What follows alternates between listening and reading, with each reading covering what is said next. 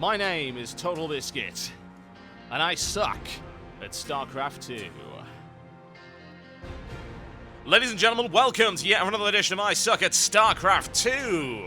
Now this is a Terran vs Terran match that I played during my placements, and it's relatively good, although I must say my opponent made more mistakes than I did, and I want to analyse what I did wrong as well as what he did wrong. So as usual, speeding it up at the start just to get past this little initial bit here. Rather odd strategy of building right at the front there, the two supply depots, actually using two SCVs as opposed to one. Now, that hurts your early game economy a little bit, and putting those supply depots there is a little bit weird. Now, he wasn't able to block that off, so I was able to get the scout in there, but I didn't learn anything. I'm quickly nailed by a marine. And, of course, he attempts the same thing. I didn't build a complete block there. You can see there's a little bit of a hole there. Hadn't quite perfected that at that point in time. Now, I went for these early Vespene refineries for one particular reason.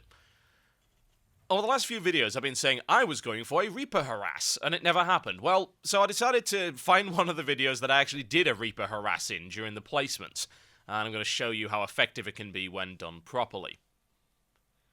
Now, as regards to his economy, it's pretty solid. You can see the workers are pretty even there. He'll be slightly behind in terms of resources, particularly since he's decided to go for a very early expansion there.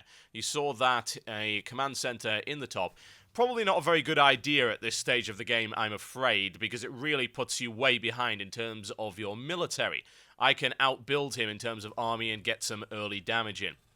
Now, to be honest, had I chosen simply to go Marines Marauders and just plowed out as many as possible, I could have run straight into that block that he had there and eaten it alive. But at this point, I was a little bit paranoid of a Terran v Terran, and you can see I set up a bunker there for one reason alone. I thought he might be attempting a Reaper harass. I always assume that every time I do Terran versus Terran, there's actually one map called Blistering Sands where almost certainly there will be a Reaper harass at some point, just because that's the way the map's set up. There's about 20 different ways into the enemy base. Very unpleasant. Now, I scanned there, and I can see that he's building a factory. The funny thing with this factory is he doesn't ever do anything with it. It's really weird. If you'd gone, say, for some early harassment with Hellions, which are those little buggy units with the flamethrowers, then that might have worked quite well. In the meantime, I am building those Reapers, and he has a number of different entry points that are not covered into his base. Now, later on, I learned that it's probably not worth building Reapers unless you're also willing to invest in the Reaper speed upgrade, because that really means that they can live a lot longer. He's put all his eggs in one basket there. Yeah, I wouldn't want to run to that either, but those cliffs allow for a number of different attack vectors. Now, it's rather unusual to see an orbital command upgrade going up so late, but then again, this was back in the Copper Leagues, back at the start of the beta. People were still figuring things out, myself included, so you can't really blame them for that. Now, there's this group of Reapers here that I'm going to send in for harassment.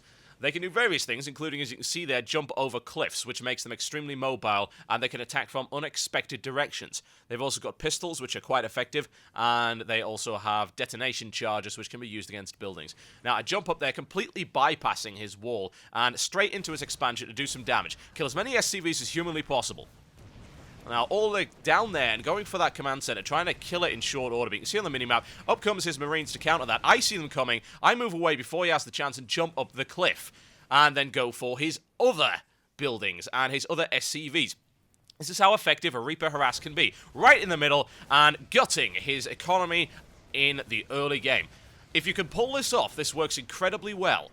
Now, he's chasing me down. I'm microing around there. My terrible version of micro.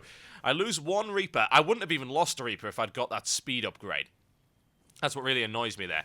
Jump them down the cliff, go and blow up those SCVs that he's built again, and get a couple of attacks on the command center, and just try and run him around. Now, this seems all well and good, but here's the mistake I'm making. You see the resources in the top of the screen? I'm not building anything. I am utterly tunnel-visioned on these Reapers. Now, you might say, well, TotalBiscuit, of course you can't build. You're not looking at your base. Wrong. Yes, you can. You can hotkey your various buildings. So, here's a little trick for you. This is something I learned way later, way past this game. And what you do is you go to your base and you see those buildings there, use the control and number keys. So say maybe I could set my command center to control 1 group and I could use the barracks as 2 and 3. So then all I need to do in order to build something while I'm not looking at my base is press 1, 2, and 3. That'll access my barracks and everything like that, and then use the keyboard shortcuts for buildings. So say if I wanted to build Marines, then I would be pressing the A button and things like that. Works rather well. Now, here's the impact of that. It's not really reflected all that well because he's dumped down a few mules to desperately try and catch up, but I'm way ahead. And of course, look at how many harvesters. 21 for me and 9 for him. Gutted his economy and really stunted his growth. Now, what that allows me to do is plow as many resources as possible into an army that will overwhelm that wall at the front and be able to push in for victory. Now, I moved my guys down there just in case he decided to retaliate. Didn't want the same thing happening, of course, to my command center that happened to his. Now, we don't get any Reapers from him, and there's no surprises there, but because he's so crippled in terms of his economy, I'm really able to start pumping it out, and I go for the standard I win tactic of Marines and Marauders, M&M. It works well, it's pretty good. If you want to use Marauders to punch through a block, that's generally an effective idea. And he's gone for a starport here quite early on with a tech lab, and one might assume that he would go for Banshees at this point, but it's kind of weird. He doesn't till later on. Again, we were all learning at this point. You can't blame the guy. Now, all he's got right now are Marines, and I am rapidly starting to build far more units than he has. I've got loads of Marauders, which will be very nice indeed, and I'm almost equaling him in terms of Marines. This will give me the opportunity to push forward and hopefully end the game in short order with one brutal strike. There's my expansion. A little bit late on the expansion, honestly, but not the worst mistake in the world. Again, there are various different build orders that can be used at various different times and in various different situations. Now, he built a Raven, and I can't figure out why. It's a cool unit, don't get me wrong, but really the Raven's strength is the Seeker missile, which requires some serious investment. Right now, all he can do is dump down an auto turret, which is not all that effective. They're great in large numbers, say if you've got a bunch of Ravens, but no, it's not going to help him all that much. Now, I decided to back up my force with some Hellions, which is generally a good idea. A little bit underused, these units, outside of a harassment role. I like backing my forces up with them. They've got this line AoE. It fires straight through, and it does great damage to everything in the way. Speed up and moving in, and here we go. So I broke down his block with the Marauders in short order, moved in as close as possible so my Hellions would be able to shoot, and he decided not to back off, which was very silly, set most of his guys on fire, and pushed my way past his block. Now, he dumped down an auto turret there, which is, of course, going to fire on me. It's not going to make any difference at all, because he's got nothing to back it up, so it goes down before it can do anything. Coming in with a second wave of Marines, I'm able to focus my fire, eliminate them in short order, and there's that one Banshee I was talking about. And it's able to wreak a terrible toll on my Marines, but if he'd just gone a couple of Banshees earlier instead of buying that Raven, then he would have been able to repulse that attack, easily kill the Marines, and then pick off the Marauders at his leisure.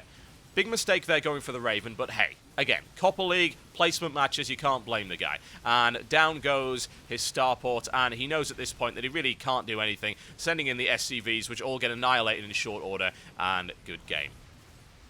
So that, ladies and gentlemen, is the effectiveness of a Reaper harass when done correctly. It's quite an important strategy to get right, because if you don't get it right, you end up losing a ton of resources. They're very expensive, but it works. It can be effective on certain maps, and particularly on this one where I knew he was front-loading all of his defense at the entrance to his expansion there. I was able to get in there and wreak havoc.